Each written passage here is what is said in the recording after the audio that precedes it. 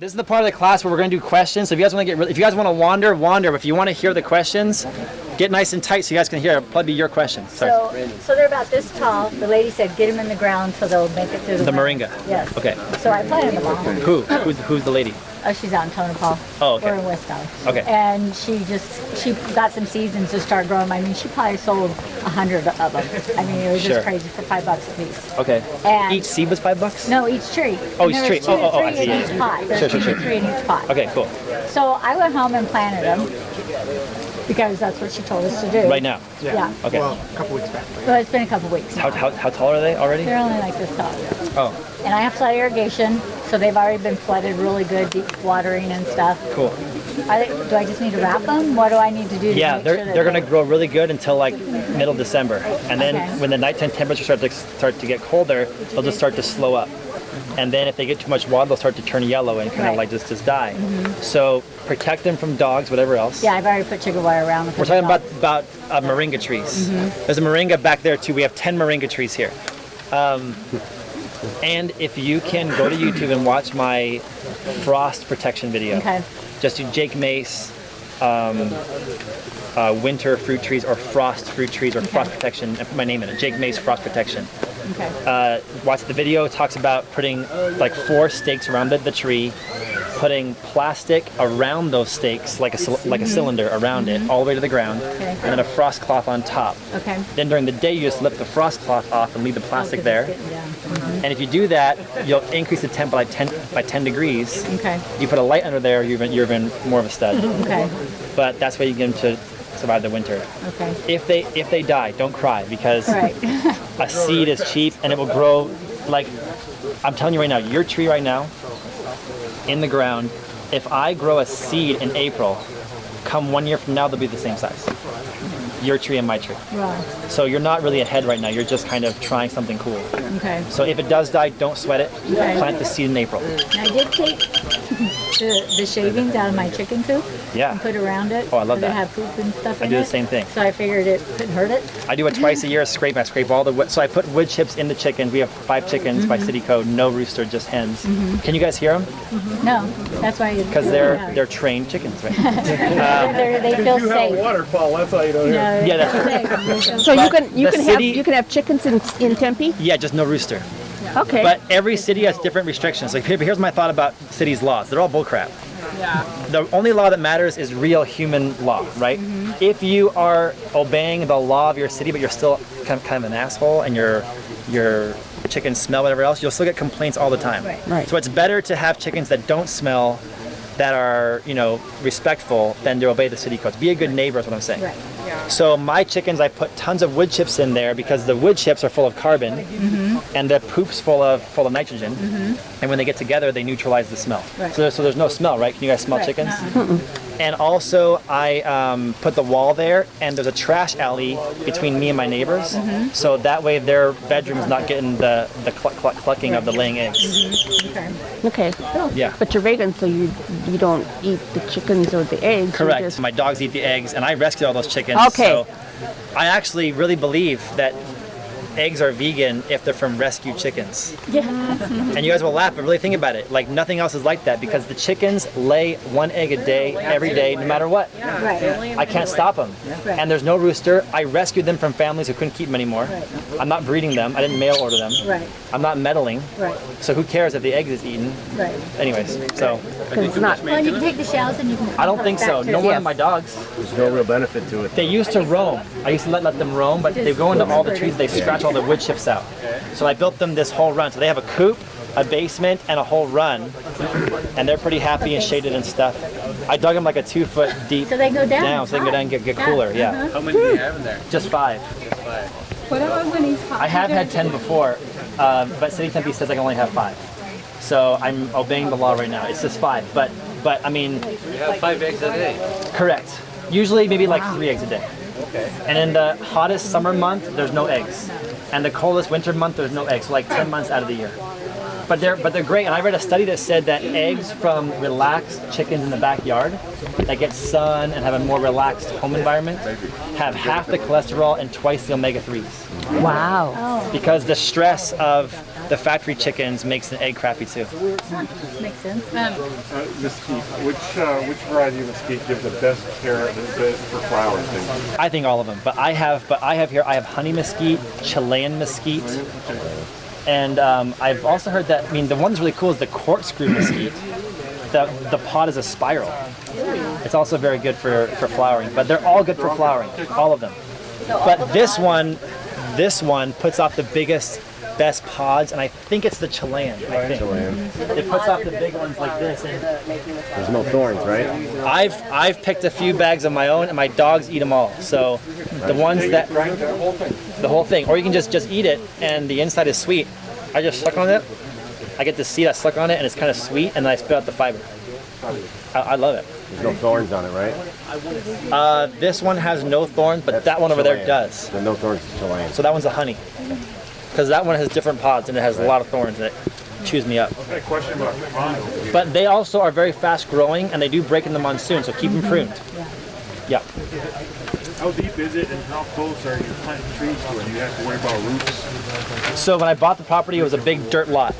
It was a dirt lot. There was nothing here. And I dug the hole 6 foot deep, but it goes like this. It goes in and down, in and down, in and down. So the rocks and the boulders are on each of the levels. So when it was empty, I used to do like squats down it. You know, like for training, like Rocky style stuff.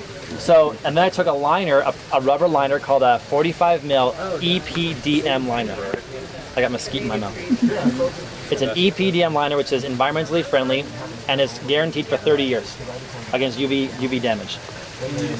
But if you notice, the plants and the fish shade the liner, so it should be, people in the ponding hobby think it should last for 50 years. So the liner is a 45 mil EPDM liner that I put on top of the dirt, and that keeps the water in. There's also a liner in this whole river, and then the rocks are on top of the liner. And I put the trees right next to it, but I don't think that they can grow into the liner because they must grow under the ground. They must hit the liner, and they can't get the water, so they go around. Not yet. I have a problem when the pond plants, like the water hyacinth and the lilies and the irises that grow in the river, they will eventually grow every, like 4 times a year. They grow so much that they clog up the whole river, and then they overflow out of the river. I wake up and the pond is a foot empty. So it's like a damming effect. So I have to always thin out the river plants to keep the flow going. It's like a pool, 1 inch a week or something. It's just like a pool. But here's the thing.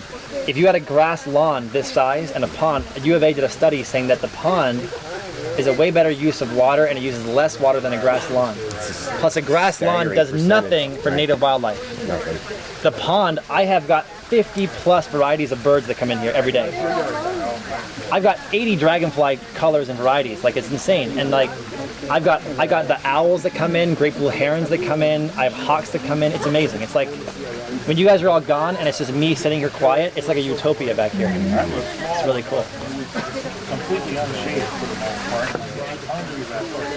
Really? Probably about a couple inches a day. And you have the liner? Yeah. You must have a leak somewhere. If I get more than an inch of evaporation a day per week, it's because I got a leak somewhere. So I would try to what's it called, to figure it out. Where's your leak coming from? Somebody also asked about bees.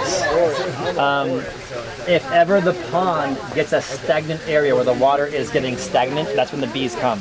As long as it's like this, as long as it's flowing, I have no bee problems. Fish, or do they kind of live off the foliage? I do feed them, but they do live off the foliage, yeah. Because I don't feed them as much as I should. But I do feed them just a koi pond pellet. And then usually 4 times a year, I'll put my pump in there and just water the tropicals with the fish poop water. But the clarity of the water is nothing's in that water but the fish and the plants. Is that because of the shade? You get algae? The shade and because of the microbes in the water. I do get algae, but the microbes keep it under control. The first year, it was green the whole year. I couldn't get the water other than green, cloudy water. And then it was like 1 year anniversary happened, and the water just went, I'm alive, and it just came clear. It's amazing. Not in the pond. I have gambusia fish in there. They're little minnows, and they eat mosquito larvae. The Game and Fish give them to you for free. There's like thousands of them now, because I started with 10, and now they bred to thousands. But I do have mosquitoes. Every gardener has mosquitoes. Everybody has mosquitoes if you garden because they're just they're in the soil, they're in the mulch. Yep. But I must say that this year, correct. But this year was the least amount I've ever. I only had like 2 weeks where they were kind of bad, but the rest of the year was pretty okay. And yeah. When you came to really That's it. see your Sorry. No, you're good. Sorry, go one more time. seeing the liner, I felt like you just overlapped them. Or The first 2 years, this has been 4 years now, I've had this going. The first 2 years, I was able to get enough liner where I cut the outer part away and the curvature of the outer liner fit the river exactly. But then I had to do a rebuild of the waterfall, and so I had to then bond 2 pieces together. But and then one year when this tree fell, it was a 60-footer. It covered everything in this entire backyard, even the pond. So it hit the liner and punctured a hole in it. It went through the rocks. It crushed this bridge. Everything was crazy. So I had to get in there and repair the holes. But in the ponding hobby, when you repair a puncture, it's stronger than the original, because you're taking the liner and you're putting a patch on each side that's got a solvent, so it actually adheres to itself and becomes very thick. So I love the ponding stuff, but I'm into martial arts a lot.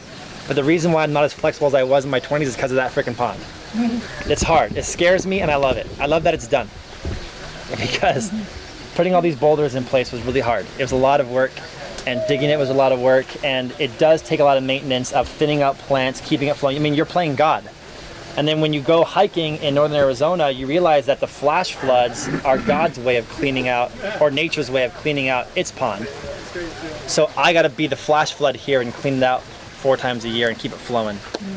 And it looks okay though, right? Yeah. All those fish are rescues from Craigslist.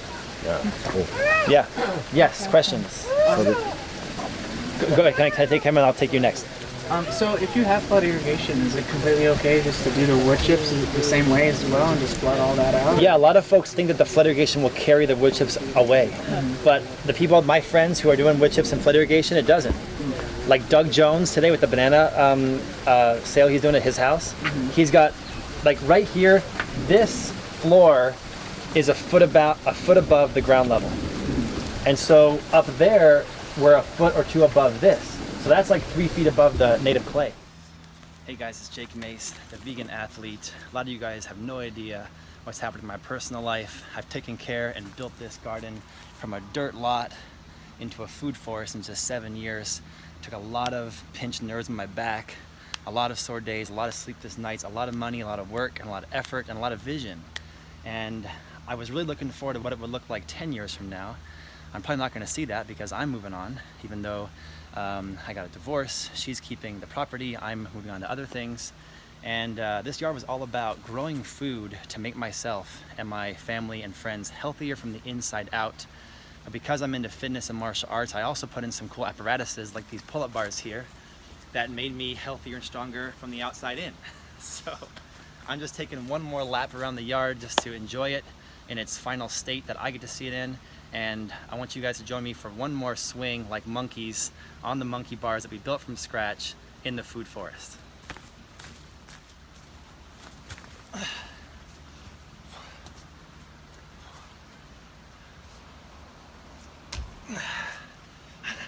I couldn't do this when I first started. I had to build up the strength. Now this one has mesquite tree in my way. Let's see if I can get it. I don't know. Oh, look at that, with distraction. That's like golfing under pressure, John. I'm out.